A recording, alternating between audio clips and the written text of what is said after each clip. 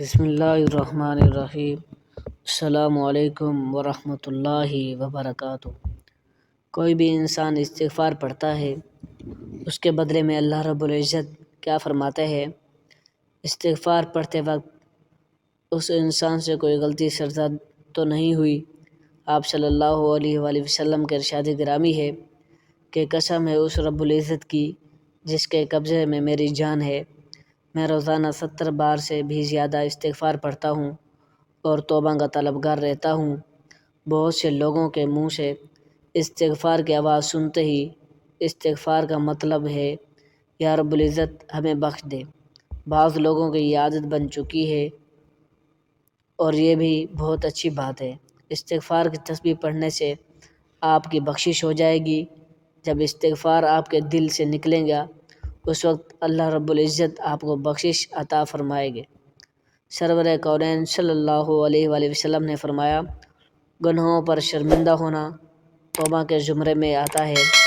جب کوئی انسان سچے دل سے اللہ تعالیٰ سے توبہ کرتا ہے، اللہ رب العزت 7ویں آسمان سے نیچے آ کر پہلے آسمان تک اس انسان کے خاص نگاہ سے دیکھتا ہے اور توبہ کرنے والا انسان کو کہتا ہے، میں تو کب کا تیری توبہ کا انتظار کر رہا تھا، لوٹاؤ اپنے رب کی طرف، لوٹاؤ اپنی مغفرت کے لیے۔ اللہ تعالیٰ فرماتے ہیں، دوڑو انسان جنت کی طرف جس کے دروازے کی چوڑائی زمین و آسمان کے برابر ہے۔ اپنے رب سے ہمیشہ مغفرت کی طلب کیا کرو۔ جب کوئی انسان توبہ کر کے اللہ رب العزت کو پکارتا ہے تو اللہ رب العزت اس کو 70 بار جواب دیتا ہے، لبیک میرے بندے۔ ایک انسان ہر وقت یا سنم کہتا رہا۔ ایک دن زبان پھسلی، اس انسان نے کہا یا صمد، یہ اللہ تعالیٰ کا نام ہے اور اس کے معنی بے نیاز ذات ہے، اور اللہ تعالیٰ نے اس کو 70,000 مرتبہ لبیک کہا۔ اے میرے انسان، میں حاضر ہوں، کیا چاہتا ہے، کیا مانگتا ہے، مجھ سے مانگ، میں تجھے عطا کروں گا۔ اللہ رب العزت سے فرشتوں نے عرض کیا، اے ہمارے مولا کریم، یہ آپ کو نہیں پکار رہا تھا، یہ تو یا سنم پکار رہا تھا اور غلطی سے آپ کا نام اس کے منہ سے نکلا۔ یہ تو ساری زندگی یا سنم کہتا رہا۔ اللہ رب العزت فرشتوں کو فرماتے ہیں، مجھے معلوم ہے یہ انسان مجھے نہیں پکار رہا، غلطی سے ہی اس نے اپنے رب کو پکارا تو صحیح۔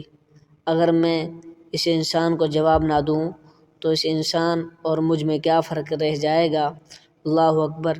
کوئی انسان غلطی سے یا بھول کر یا جان کر اللہ رب العزت کا نام لے، اللہ رب العزت اس کا بھی ثواب اس انسان کے حصے میں ڈال دیتا ہے۔ اگر انسان کے منہ سے استغفر اللہ ہی نکلے اس کا ثواب بھی اللہ رب العزت اس انسان کو عطا فرماتا ہے۔ اگر کوئی انسان سمجھے اس کے گناہ استغفار پڑھنے سے ختم ہو جائیں گے تو بالکل یقیناً اسے استغفار پڑھنا چاہیے۔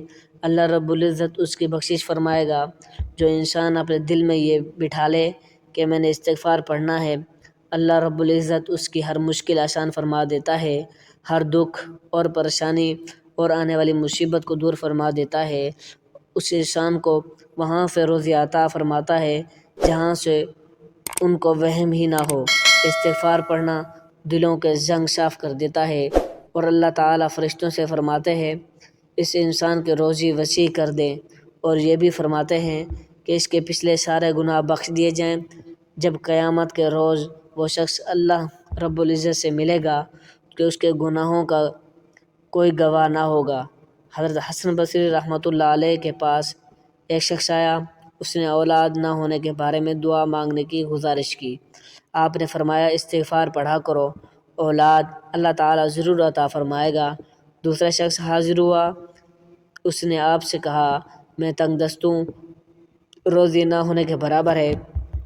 آپ نے فرمایا، استغفار پڑھا کرو، اللہ غیب سے مدد فرمائے گا، اللہ رب العزت۔ تیسرے شخص نے عرض کی، خشک سالی ہے، فصل نہ ہونے کے برابر ہے، دعا فرمائیں، اللہ رب العزت بارش فرمائے۔ اس شخص کو بھی حسن بصری رحمۃ اللہ علیہ نے فرمایا، استغفار پڑھا کرو، تمہاری دعا ضرور پوری ہوگی۔ آپ سے دریافت کیا گیا، مختلف آدمیوں کی مختلف حاجات تھی، آپ نے سب کو جواب ایک ہی دیا، استغفار پڑھو، اس کا ماجرا کیا ہے؟ حسن بصری رحمۃ اللہ علیہ نے قرآن کی مجید کی آیت پڑھی جس کا ترجمہ یوں ہے: استغفار پڑھنا اولاد، باغات اور بارش عطا کرنے کا سبب ہے، تم پر اللہ تعالیٰ بارش بھیجے گا، مال و دولت اور بیٹوں سے تمہاری مدد کرے گا، تمہارے لیے چشمے جاری کر دے گا، نہریں بہا دے گا۔ انسان گناہ کو اللہ رب العزت کی نافرمانی سمجھ کر رد کر دے اور شرمسار ہو کر اپنے اللہ تعالیٰ سے معافی مانگے اور آئندہ کے لیے گناہوں سے توبہ استغفار کرے، اس انسان کو میرا رب العزت اپنا محبوب سمجھتا ہے۔ اگر کسی انسان نے کسی کا مال چرایا ہو، ان ورثاء کو واپس کرے، نماز قضا کی ہو، نماز ادا کرے۔ کچھ لوگ بد نصیب شیطان کے بہکاوے میں آ کر توبہ استغفار میں سستی سے کام لیتے ہیں اور یہ نہیں سمجھتے توبہ کا موقع ملنا ہی بڑی سعادت کی بات ہے۔ کچھ لوگوں کو توبہ استغفار کرنے کا موقع ہی نہیں ملا، وہ اس دنیا فانی سے کوچ کر گئے۔ یہ دن کی بات ہے، چند دن کی بات ہے، زندگی کا کوئی بھی بھروسہ نہیں ہے، ہمیں توبہ استغفار کرتے رہنا چاہیے۔ قرآن مجید فرقان حمید میں اللہ تعالیٰ ارشاد فرماتے ہیں، توبہ استغفار کرنے والوں پر اللہ رب العزت رحمت کی بارش عطا فرماتا ہے، ان کے مال رزق میں اضافہ فرماتا ہے۔ قرآن مجید اور فرقان حمید میں نوح علیہ السلام نے اپنی قوم کو ان کے گناہوں کی بخشش اور استغفار کرنے کے بارے میں تلقین کی، اور بے شک وہ بخشنے والا ہے، آسمان سے بارش برسائے گا، تمہیں خوب مال اور اولاد ترقی دے گا، سرسبز باغ عطا فرمائے گا، پانی کی نہریں نکال دے گا۔ خوشحال زندگی کا ذریعہ استغفار ہی ہے۔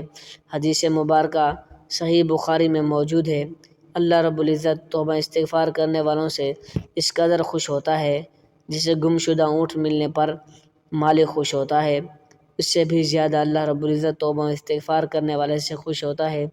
ہم سب مسلمانوں کو چاہیے دل سے استغفار کریں، نماز، روزہ، قرآن پاک کی تلاوت بے ترتیب اور سچے دل سے پڑھیں۔ آپ صلی اللہ علیہ وآلہ وسلم نے فرمایا، ہمیں اٹھتے بیٹھتے چلتے پھرتے اللہ کا ذکر کرنا چاہیے، توبہ استغفار کرنے چاہیے، اور جو لوگ اللہ رب العزت کا ذکر کرتے ہیں وہ مر کر بھی زندہ ہیں، اور جو لوگ اللہ تعالیٰ کا ذکر نہیں کرتے وہ زندہ ہو کر بھی مر گئے ہیں بلکہ مردار ہو گئے ہیں۔ ہمارا منہ ہر وقت اللہ رب العزت کے ذکر سے آشکار اور میٹھا ہونا چاہیے، کیونکہ شیطان ہر وقت انسان پر حملہ آور ہوتا ہے، اور اگر انسان اللہ کا ذکر کرتا ہے تو شیطان اس سے ڈر کر بھاگ جاتا ہے۔